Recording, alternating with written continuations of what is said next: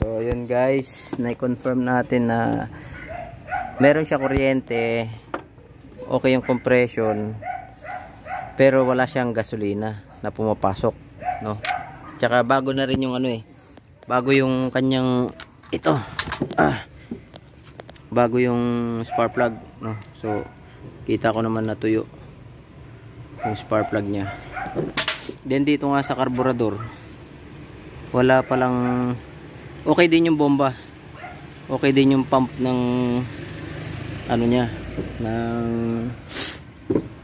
fuel pump niya, okay din, pero walang pumapasok, o ibig sabihin walang pupunta sa makina. So dito tayo sa carburetor, na check natin to. Wala ding tunuhan, ayan, wala na yung ulo, ayun, at kaya putol na yung ulo, minor na lang meron, ayan, fix na yung niya. Tanggalin muna natin to.